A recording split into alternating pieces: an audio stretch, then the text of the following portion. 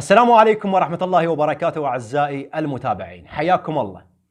اليوم وأنا أتصفح بالفيسبوك شفت منشور لفت انتباهي: اختيار شابة عراقية ضمن 100 امرأة تقنية بالعالم يستحقن المشاهدة. الشابة فاطمة حسن ياسر. هاي الشابة حاصلة على شهادة بكالوريوس بجامعة بابل قسم تكنولوجيا المعلومات، عمرها 26 سنة، ومؤسسة أول مشروع لتمكين المرأة بمجال التكنولوجيا لسنة 2018 في العراق، وهي مدربة بمبادرة مليون مبرمج عربي لسمو الشيخ محمد بن راشد آل مكتوم سنة 2019، واختيرت ضمن أفضل 100 امرأة تقنية بالعالم. ما شاء الله، صراحة هذا الشيء يدعو للفخر.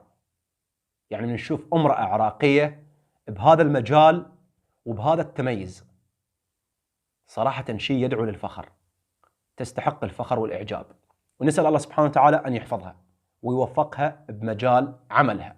هذا دليل على أن المرأة قادرة على التميز.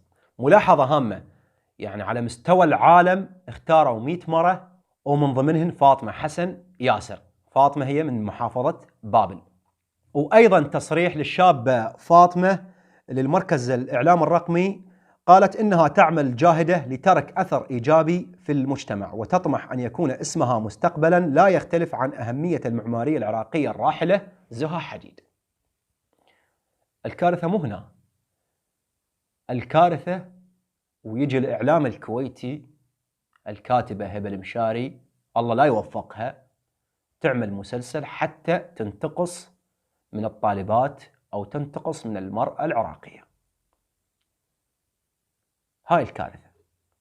يعني بعض الناس، أنا ما أريد أقول الكويت لأن الشعب الكويتي ما له ذنب، الذنب هو ذنب الإعلام الكويتي أو الفنانين الكويتيين أو باقي البلدان اللي دائما يحاولون أن يسقطون أو يطمسون هوية العراقيين، لكن ما يقدرون. ليش؟ لأن العراقيين دائما متفوقين، العراقيين دائما متميزين، عندنا هواي أسماء خلدهم التاريخ مثل زها حديد، واليوم مثل ما تشوفون عندنا فاطمة حسن ياسر تميزت على العالم كله.